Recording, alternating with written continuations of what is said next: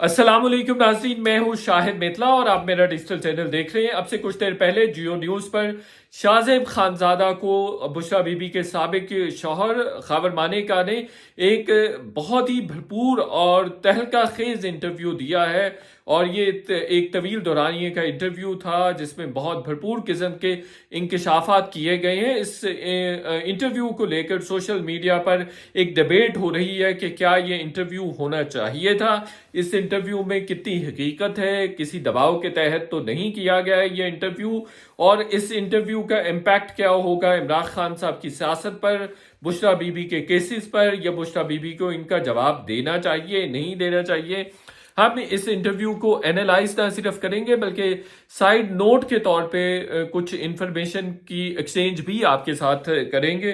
कुछ इंफॉर्मेशन हमारे पास है और कुछ के बारे में शाहज़ेब खानज़ादा साहब ने भी पूछा है। इन तमाम पर भी बात करेंगे। सबसे पहले जो इसके मंदरजात है उस पर बात कर लेते हैं। खबर मानेका साहब ने बहुत ही संगीन किस्म के इल्जामात बुशरा बीबी पर लगाए हैं।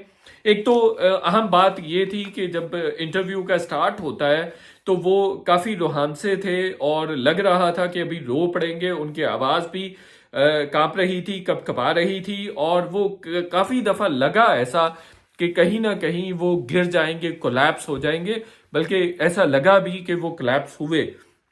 उन्होंने 4-5 शख्सियात पर इल्ज़ामात इस इंटरव्यू में लगाए हैं। इमरान खान साहब पर, फराह बीबी पर, एहसन जमील गुज्जर पर और फिर बुशरा बीबी पर। सबसे पहले तो उन्होंने ये कहा कि इमरान खान साहब ने उनका हंसता बसता घर उजाड़ दिया है। इमरान खान साहब उनकी बीवी से उनकी मर्जी के बगैर मिला करते थे। वो पहले लाहौर में उनसे मुलाकातें करते थे, फिर उनकी बीवी से बनी गाला में उनका अपना एक घर था, वहां पर भी मुलाकातें किया करते थे। यानी खावर मानेका का घर था, वहां पर मिला करते थे और उनकी इजाज़त के बगैर मिला करते थे। यानी खावर मानेका की ने मुतअद्दिद मरतबा इमरान खान साहब को रोका, बुशरा बीबी को रोका, लेकिन वो मिलने से बाज नहीं आए। फिर उन्होंने ये भी इंकशाफ किया कि इमरान खान को मिलवाने वाली, बुशरा बीबी से मुलाकात करवाने वाली बुशरा बीबी की बहन जो यूएई में रहती हैं, मरियम वट्टू हैं, इन्होंने धरनों के दौरान दोनों की मुलाकात करवाई थी और उनका तारुफ बुशरा बीबी की का करवाया था कि ये रूहानी करामात रखती हैं।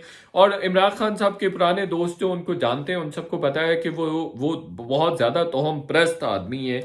तो ये इस बात की भी तस्दीक होती है कि रेहाम खान ने भी कहा था कि 2014 ऑनवर्ड्स इमरान खान को बुशरा बीबी जानती हैं और बुशरा बीबी के कहने पर ही रेहाम को तलाक दी थी। बहरहाल इन्होंने कहा कि उस दौरान इनकी उनसे मुलाकात करवाई गई। फिर इन्होंने ये भी कहा कि खावर मानेका ने यह भी कहा कि वालिदा ने कहा था, इनकी वालिदा ने कहा था कि इमरान खान अच्छा आदमी नहीं है, इसको घर ना आने दिया करे। फिर उन्होंने ये भी कहा कि बुशरा बीबी ने खुफिया नंबर्स लेकर दे रखे थे, मोबाइल अलहदा से लेकर दे रखा था। बुशरा बीबी को फराह गोगी ने लेकर दे रखा था कि इमरान खान साहब से बात होती रहे और जिसका मुझे ना पता चल सके, और सारी सारी रात इमरान खान बुशरा बीबी से बातें करते थे। फिर उन्होंने ये भी कहा कि मैंने मुतअद्दिद मरतबा बुशरा बीबी को बात करने से रोका। सारी सारी रात बुशरा बीबी इमरान खान साहब से बातें छुप कर करती थी। और ये भी कि उनको जब मैं फ़ोन करता था तो वो मेरा फ़ोन रिसीव नहीं करती थी, तो उनसे बात करने के लिए मुझे नौकर को कहना पड़ता था कि बुशरा बीबी से बात करवाएं, वो मुझसे बात भी नहीं करती थी। फिर रफ्ता रफ्ता ये सिलसिला बढ़ता चला गया। फिर उन्होंने कहा कि एक दफ़ा ऐसा भी हुआ कि मैंने नौकर से, बुशरा बीबी मेरा फ़ोन नहीं उठा रही थी तो मैंने नौकर को कहा कि बुशरा बीबी से बात करवाओ। फिर उनसे पूछा, नौकर से पूछा कि क्यों नहीं बुशरा बीबी बात कर रही, तो उसने कहा कि जी इमरान खान साहब अंदर बैठे हुए इसलिए नहीं बात कर रही। तो फिर मैंने बुशरा बीबी को डांटा और फिर मैंने इमरान खान साहब से बात की। फिर मैंने उस नौकर के ज़रिए इमरान खान को कहा कि अभी घर से निकल जाओ। इस तरह की उन्होंने बात की। उन्होंने कहा कि मैंने फिर इमरान खान को अपने घर से निकलवा दिया, निकाल दिया। फिर उन्होंने ये भी कहा कि मेरा जो बुज़दार के साथ ताल्लुक़ था, उस्मान बुज़दार के साथ कोई ऐसा करीबी ताल्लुक़ नहीं था। एक दफ़ा सिर्फ उनको दरबार के हवाले से फ़ोन किया था और चूँकि मामलात ख़राब हो रहे थे तो मैंने फ़ोन किया तो उसी वक्त फराह गोगी का मुझे फ़ोन आ गया शाम को कि आपने आइंदा बुज़दार से नहीं बात करनी है। तो उन्होंने कहा कि ऐसा मेरा जमील गुजर के साथ भी ताल्लुक़ नहीं था। एक दफ़ा मेरी उनके पाकपतन के घर पे वो आए, फिर मेरे वाला साहब से उन्होंने मुलाकात की थी। जो जमील गुजर, एहसन जमील गुजर, ये दावा करते थे कि मेरे बड़े करीबी ताल्लुकात हैं मानेका फैमिली से। تو ایسا چونکہ کوئی بہت قریبی تعلقات نہیں تھے، ایک ہی دفعہ ان کے والد صاحب سے ملاقات ہوئی اور ایک ہی دفعہ وہ خاور مانا کے گھر پاکپتن میں گئے تھے۔ پھر انہوں نے یہ بھی کہا، یہ بھی انکشاف کیا کہ 2009 میں پنکی فرح گوگی کو ملتی ہے، اس سے پہلے ان کا آپس میں تعلق نہیں تھا۔ پھر یہ دونوں احسن جمیل گجر اور یہ دونوں غائب ہو جاتے ہیں، اور پھر اس کے بعد 2014-15 میں یہ واپس آتے ہیں، فرح گوگی واپس آتی ہے، اور پھر یہ واپس احسن جمیل گجر واپس آتے ہیں، اور پھر یہ پنکی کے ساتھ اٹھنا بیٹھنا شروع کر دیتے ہیں۔ اس پر بھی بات کریں گے بعد میں کہ اس میں کتنی حقیقت ہے۔ پھر انہوں نے کہا کہ فرح گوگی ہی عثمان بزدار کو چلا رہی تھی۔ پھر انہوں نے یہ بھی کہا کہ صرف 35 لاکھ روپے فرح گوگی کے پاس تھے اور اب اربوں روپے کی مالک ہے۔ لیکن جاننے والے بتاتے ہیں کہ فرح گوگی اور بشرا بی بی بہت پرانی دوستیں ہیں، جو لاہور کے پرانے لوگ ہیں جانتے ہیں، وہ یہ بات کرتے ہیں، دعویٰ کرتے ہیں کہ یہ بہت 30-35 سال پرانی دوستیں ہیں۔ بلکہ احسن جمیل گجر کے والد نے تو یہ تک کہہ دیا تھا کہ یہ خواتین کا ایک گینگ ہے جو فرح گوگی اور بشرا بی بی پر مشتمل ہے، جو اس وقت کے جو ٹیلنٹڈ قسم کے یہ مالدار لوگ کے یا ویل آف قسم کے لوگ ہیں ان کو گھیرتے ہیں، یہ لوگوں کو، جوانوں کو، یہ مردوں کو، ان مردوں کو گھیرتی ہیں جن کے پاس پیسہ ہوتا ہے یا جن کے پاس وسائل ہوتے ہیں، تاکہ ان کا پیسہ وغیرہ لوٹا جا سکے۔ یہ احسن جمیل گجر کے والد نے جیو نیوز کے ہی ایک پروگرام میں انکشاف کیا تھا کہ ان کا ایک پورا گینگ ہے۔ یہ تمام باتیں اور یہ تمام الزامات خاور مانیکا نے لگائے ہیں۔ پھر اس نے یہ بھی کہا ہے کہ میرے بچے بڑے ڈسٹرب ہوئے جب بشرا بی بی نے طلاق لی، اور پھر انہوں نے یہ بھی کہا کہ بشرا بی بی جب اسلام آباد سے بنی گالا والے گھر سے واپس آئیں تو یہ اپنے والد اور بھائی کے گھر چلی گئی۔ انہوں نے کہا میں نے اپنے والد اور بھائی کے گھر جانا ہے، تو میں نے ان کو جانے کی اجازت دے دی، اور پھر کہتے میں کوئی 6 مہینے بعد ان کے پاس گیا کہ آپ نے میرے پاس، آپ واپس آئیں، گھر چلیں، تو کہتے اس سے پہلے مجھے فرح گوگی کا فون آیا کہ بشرا بی بی کو طلاق دے دو، اب وہ آپ کے ساتھ نہیں رہنا چاہتی ہیں۔ تو میں نے پھر جا کے ان کے گھر گیا، مطلب اپنے سسرال گیا، بشرا بی بی کو کہا کہ آپ طلاق لینا چاہتی ہیں، تو انہوں نے گھٹنوں میں سر چھپا لیا اور انہوں نے کہا کہ میں ابھی آپ کے ساتھ نہیں جا سکتی، اور انہوں نے کوئی جواب نہیں دیا۔ اس کے بعد خیر انہوں نے کہا مجھے غصہ آیا اور میں نے طلاق دے دی، اور انہوں نے یہ بھی کہا کہ میں نے 14 نومبر 2017 کو طلاق دی تھی، جبکہ عمران خان صاحب کا جو نکاح ہوا ہے بشرا بی بی کے ساتھ وہ جنوری 2018 میں ہوا ہے، یعنی کہ جو طلاق کی عدت تھی وہ بھی نہیں پوری کی گئی۔ یہ بھی ایک انکشاف ہوا ہے کہ طلاق کی عدت پوری نہیں کی گئی تھی۔ یہ بھی انہوں نے بہرحال الزام لگایا ہے، یہ وہ کہہ رہے ہیں کہ ایسا ہی ہے۔ پھر انہوں نے یہ بھی کہا کہ ایک دن فرح گوگی کا مجھے فون آیا کہ جو آپ نے طلاق دی ہے اس پر ہم نے ڈیٹ چینج کروانی ہے، ہم نے اس پر کوئی پچھلے مہینے لکھوانے ہیں، اور کہتے لیکن میں نے اس سے انکار کر دیا۔ پھر وہ یہ بھی کہا انہوں نے کہ بشرا بی بی نے ہی مجھے، فرح گوگی نے مجھے دھمکی بھی دی کہ اب آپ نے اس کا پیچھا نہیں کرنا بشرا بی بی کا، اب اس سے تعلق توڑ دیں، اس کے خلاف بیان بھی نہیں بلکہ انہوں نے کہا کہ زلفی بخاری نے بھی مجھے کہا کہ آپ نے ان کے خلاف بیان بھی نہیں دینا، اب آپ خاموش ہو جائیں اور اب آپ کو میڈیا پر آنے کی ضرورت نہیں ہے۔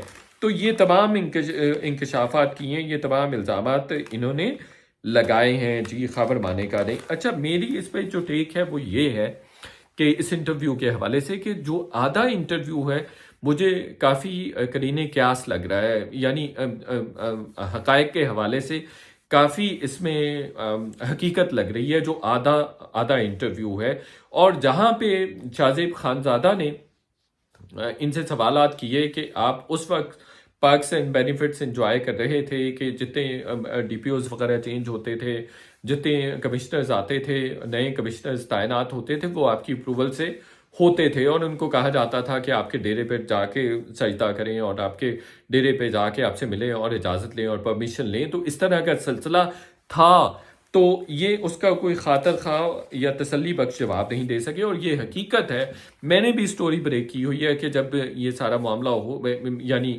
عمران خان صاحب کی حکومت تھی، تو ان کے پاس خاور مانے کا کی ویسے بھی ریپوٹیشن اچھی نہیں ہے، ان کے بارے میں مشہور ہے. اور میں نے ایک اسٹوری 2015 میں بھی کی تھی جس میں یہ بھی ان کی پروموشن نہیں ہوئی تھی، چونکہ ان کے بارے میں تحفظات تھے، اداروں کے انٹیلیجنس بیورو کی رپورٹس وغیرہ تھی، تو ان کی پروموشن نہیں ہو سکی تھی. اور ویسے بھی یہ کوئی اچھی ریپوٹیشن انجوائے نہیں کرتے. ان کے بارے میں یہی کہا جاتا ہے کہ یہ رشوت لیتے ہیں، پیسے لیتے ہیں. اینی ویز، تو ابھی بھی جب یہ عمران خان صاحب تھے یہاں وزیر اعظم تھے اور عثمان بزدار وہاں پر تھے، وزیر اعلیٰ تھے، تو جیلوں میں قیدیوں کا ایک سرکل ہوتا ہے، تو جو VIP جو قیدی ہوتے تھے تو ان سے یہ بھتہ وغیرہ اور کمیشن وغیرہ لیا کرتے تھے. اور یہ بات سارے لاہور کو بتایا کہ ان کے بیٹے ابراہیم مانیکا نے بہت پیسہ بنایا ہے.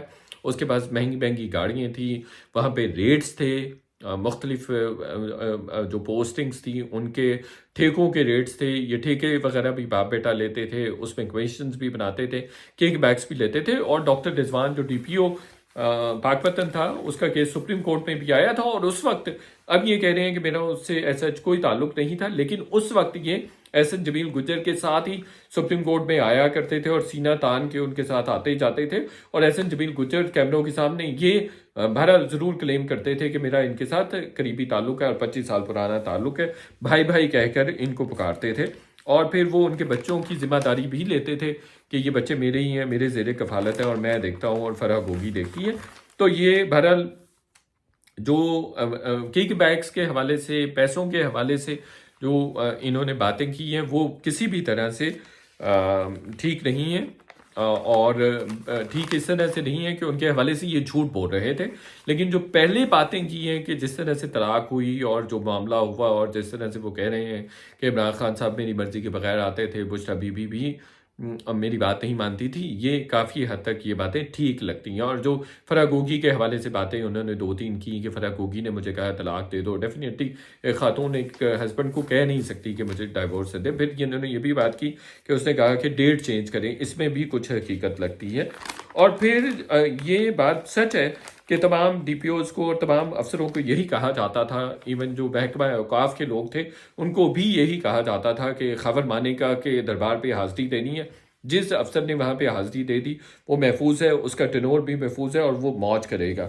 لیکن اگر وہ نہیں مانے گا ان کی بات تو اس کو ٹرانسفر کروا دیا جاتا تھا. DPO ڈاکٹر رضوان گوندل کافی دھڑلے والے افسر تھے، لیکن ان کو بھی فارغ کروا دیا گیا تھا. اور یہ بات جو ہے بالکل یہ بات بھی درست ہے کہ جو رضوان گوندل کے حوالے سے ایک IG، اس وقت کے IG نے رپورٹ بنائی تھی، تو جو سپریم کورٹ نے کمیشن بنایا تھا تو اس رپورٹ میں بھی کہا گیا تھا کہ IG نے غلط رپورٹ دی ہے رضوان گوندل کے حوالے سے. اور عثمان بزدار نے اس کو ڈانٹا وانٹا بھی تھا اور اس کی اچھی خاصی سرزنش بھی کی تھی. اچھا، اب بات ہو رہی ہے کہ انٹرویو ہونا چاہیے تھا.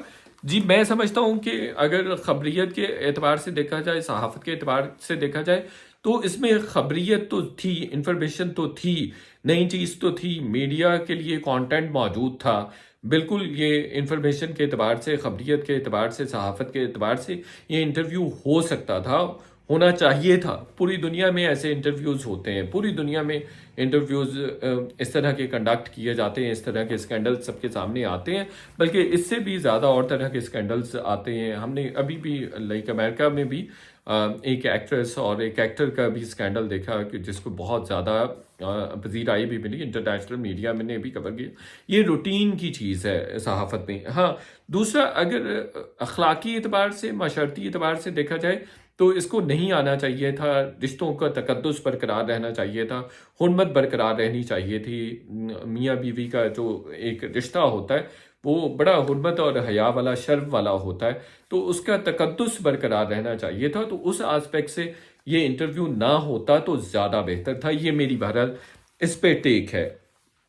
دوسرا، ہم نے ماضی میں دیکھا ہے کہ تنویر زمانی جو آصف زرداری کے حوالے سے بات کرتی تھی اور یہ تاثر دیتی تھی کہ انہوں نے مجھ سے شادی کر لی ہے یا وہ مجھ میں انٹرسٹڈ ہیں، تو ان کا انٹرویو बिल्कुल चलता रहा और बबांगे दोहल चलता था और तमाम एंकर्स ने उनके इंटरव्यू किया, एक एक दफ़ा नहीं बल्कि बार बार उनका इंटरव्यू किया गया और उस इंटरव्यू पे ऐसा किसी को एतराज़ नहीं था।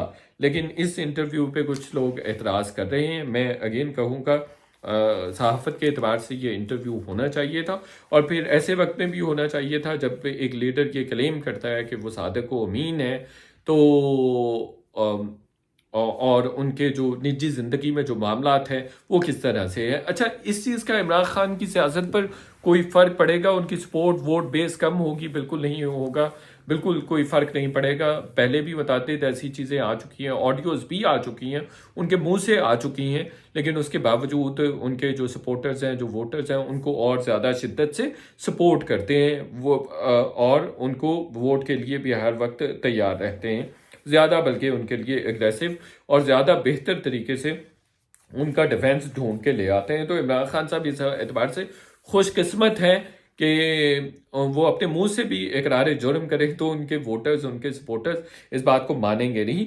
तो ये उनकी सियासत पर एज सच कोई ज़्यादा फ़र्क नहीं डालने वाला, कोई ज़्यादा नुकसान नहीं होगा उनको। बुशरा बीबी इसका जवाब, मेरा नहीं ख्याल कि इसका जवाब देंगी, वो बिल्कुल इसका जवाब नहीं देंगी। आखिरी बात जो बुशरा बीबी के हवाले से मैं कहना चाहूँगा कि ये बात सच है कि बुशरा बीबी एक लालची खातून थी, हैं, और उन्होंने पूरा प्लान करके इमरान खान के साथ शादी की, जो कि मेरा ख्याल है कि नहीं करनी चाहिए थी और फिर इस उम्र में भी नहीं करनी चाहिए थी और इस तरह से भी नहीं करनी चाहिए थी। ये मेरा बतौर इंसान ये मेरा टेक है इस पर।